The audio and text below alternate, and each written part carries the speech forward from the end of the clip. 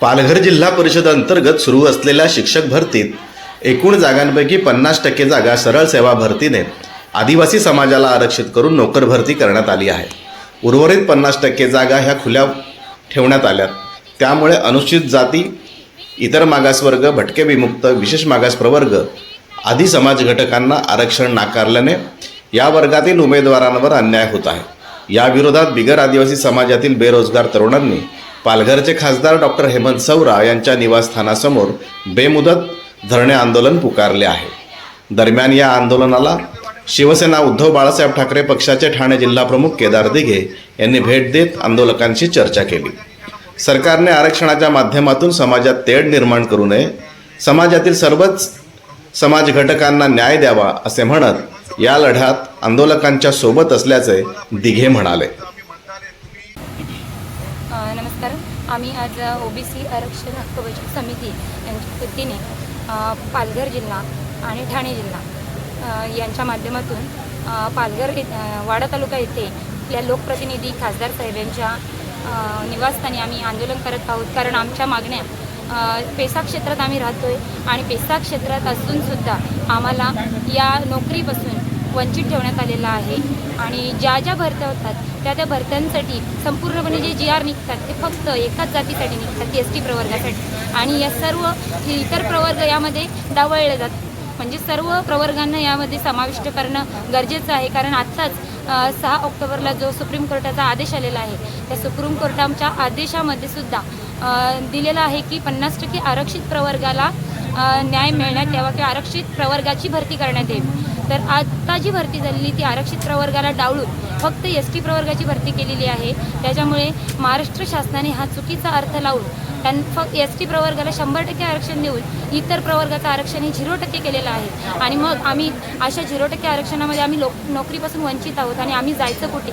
आता बरेचसे विद्यार्थी आहेत, बरेचसे उमेदवार आहेत का ते एजबार झालेले आहेत आणि 2017ची भरती झाली त्याच्यामध्येही आम्हाला डावळलं गेलं, त्याच्यामध्ये इतर प्रवर्गाची भरती झाली नाही, पुन्हा 22ला झाली, 22मध्ये सुद्धा डावळलं गेलं आहे आणि आता 25मध्ये सुद्धा 100% STच्याच जागा दिल्या गेल्या आहेत। मग आमच्यासारखे इतर प्रवर्गांनी न्याय मागायचा कुठे? आम्ही लोकप्रतिनिधींना अनेक वेळा निवेदनं दिलेली आहेत, अनेक वेळा त्यांना त्यांच्याशी चर्चा केलेली आहे, पण आत्तापर्यंत आमचा हा मुद्दा मला वाटतं सरकारपर्यंत पोचलेलाच नाही आहे आणि याच्यावर ठोस असा आम्हाला निर्णय मिळाला नाही आहे। त्यामुळे आत्ता आम्ही जे आंदोलनाला बसले आहोत ते आत्ता जे आंदोलन आम्ही करत आहोत ते आम्हाला ठोस निर्णय मिळाल्याशिवाय आम्ही इथे आता उठणारच नाही आहेत अशी आमची भूमिका आहे आणि हे आंदोलन आता तीव्र स्वरूपात उगारण्यात येईल। मॅडम, आजचं आंदोलन करण्याचा काय मुख्य उद्दिष्ट आहे? नमस्कार, आम्ही सर्व बाधित उमेदवार आहोत शिक्षक भरतीमधील। 2017पासून इथे भरती प्रक्रिया झालेली आहे। 2017ला झाली, 22ला झाली आणि आता 2025लाही झाली, पण यामध्ये बिगर आदिवासी समाजाला आरक्षण दिलं गेलं नाही आहे। त्यामध्ये देखील आता 2022ला आपल्या ST बांधवांची भरती केली गेली, सरळ सेवेने भरती केली गेली, मात्र आम्हाला बिगर आदिवासी समाजाला या भरतीपासून वंचित ठेवलं गेलं आहे। आम्ही सुद्धा त्यांनी धारण केलेलंच पात्रता धारण केलेलं आहोत, पण तरी देखील आम्हाला या सेवेमध्ये जसं त्यांना सेवेत सामावून घेतलं गेलं तसं आम्हाला या सेवेमध्ये सामावून घेतलं गेलं नाही आहे। आमची हीच मागणी आहे की आम्हाला देखील ST बांधवांप्रमाणे सेवेमध्ये सामावून घेण्यात यावे।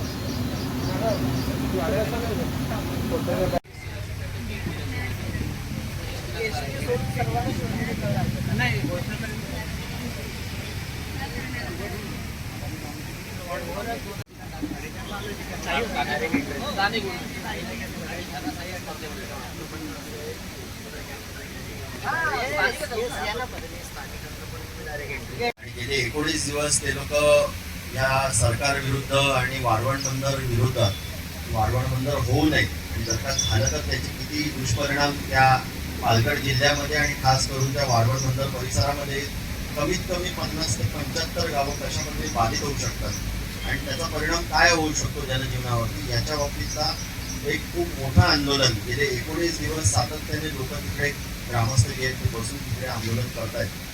त्याच्यामध्ये सहभाग घेण्यासाठी मी गेलेलो, तिकडे सगळ्या ग्रामस्थांना भेटून तिकडे त्यांची समस्या समजून घेऊन याच्या पुढचं व्यूहरचना काय असेल, कशा पद्धतीने आपल्याला पुढे जायचं याच्या बाबतीत आम्ही सगळेजण एकत्रित होतो।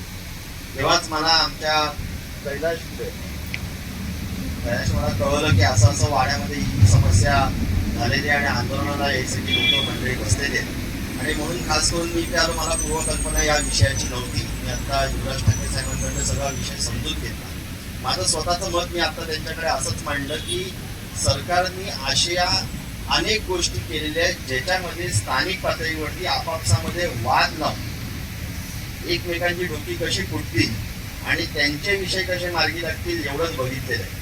बघा, मराठा कुणबी हा कधीच म्हणजे इतर सगळे विषय जर का आपण सोडले आणि एक सामान्य नागरिक जर का आपण विचार केला साहेब, तर जे लोक इथनं मुंबईला म्हणा किंवा मुंबईवरून इथनं म्हणा जिकडे कुठे सकाळी ट्रेननी जायचे त्यावेळेला कधीही तू कुठच्या जातीचा आणि मी कुठच्या जातीचा आणि कुठच्या धर्माचा हा विषय होत नव्हता. त्याच्यामुळे सकाळी एकत्रित जाणं आणि एकत्रित सुखरूप येणं एवढाच विषय चालला की जास्तीत जास्त कोणाला मदत काम एकत्र जेवताना देखील सगळेजण एकत्रित असायचे. पण ह्या लोकांनी नवीन वाद सुरुवात केला आणि आजच्या दिवसाला असं आहे जे लोक एका ताटामध्ये जेवत होते ते एकमेकांना वैरी समजायला लागले. मला असं वाटतं तुमचा प्रश्न काही वेगळा नाही. या गावामध्ये अनेक अशी लोक असतील जे एसटी समाजाची असतील आणि ते लोक कितीतरी म्हणजे लहानपणापासून कदाचित आपल्याबरोबर वावरत असतील.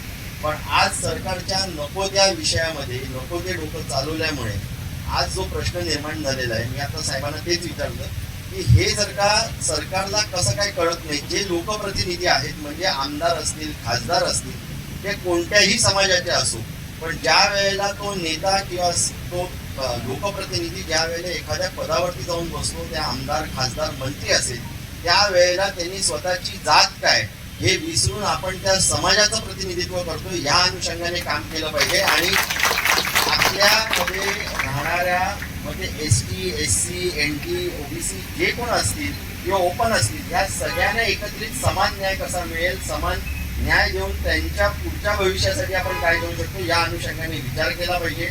मला खरोखर म्हणजे दुःख आहे की यांच्याकडे ती बौद्धिक क्षमता कशी काय नाही की ज्या वेळेला तुम्ही एवढ्या वरच्या स्तरावरती जाऊन बसता आणि तिकडे तुम्ही अशा पद्धतीचे पेच निर्माण करता त्यावेळेला त्याचे दुष्परिणाम खालपर्यंत तळागाळातील लोकांमध्ये आणि ह्या पूर्ण ह्या शिक्षण विषयाबाबतीत म्हणजे आता आपण सगळे शिक्षक आहात. मला आत्ता साहेबांनी सांगितलं की अगोदर सगळ्यांना कॉन्ट्रॅक्टवरती घेतलं गेलं आणि कॉन्ट्रॅक्टवरती घेत असताना ST असतील किंवा OBC असतील या सगळ्यांना कॉन्ट्रॅक्टवरती घेतलं पण त्यांना परमनंट केलं. पण आपल्या सगळ्यांना त्या महाराष्ट्राच्या पोर्टलवरती टाकून तुम्हाला कॉमनली सगळ्या विषयावरती घेतलं.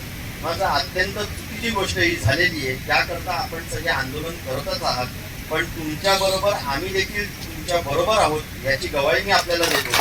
आणि त्याचबरोबरीने मी युवराज ठाकरे साहेब असतील किंवा इथली जी काही समिती आहे जे काही तुमच्याबरोबर सातत्याने उभे राहणार आहेत, मी आज तुम्हाला शब्द देतो दिघे साहेबांचा पुतण्या म्हणून देखील आणि शिवसेना उद्धव बाळासाहेब ठाकरे या पक्षाचा जिल्हा प्रमुख ठाण्याचा म्हणून की आपला हा विषय जो आहे तो चांगल्या पद्धतीने आपण पत्रकारांच्या माध्यमातून असो सोशल मीडियाच्या माध्यमातून असो कोणत्याही आमदार खासदारांकडे जर का जायचं झालं आणि जर का माझी आपल्याला काही गरज लागली तर त्यांना जरी विनंती करायची असेल त्यांना विषय समजावून सांगायचा असेल आणि तो जर का आमच्या आमदारांच्या माध्यमातून किंवा खासदारांच्या माध्यमातून जर का आपल्याला राज्यसभेवरती विधानसभेवरती लोकसभेमध्ये जर का अधिवेशन घ्यायचं असेल तर त्याच्यासाठी 100% प्रयत्न हा आमच्याकडनं केला जाईल.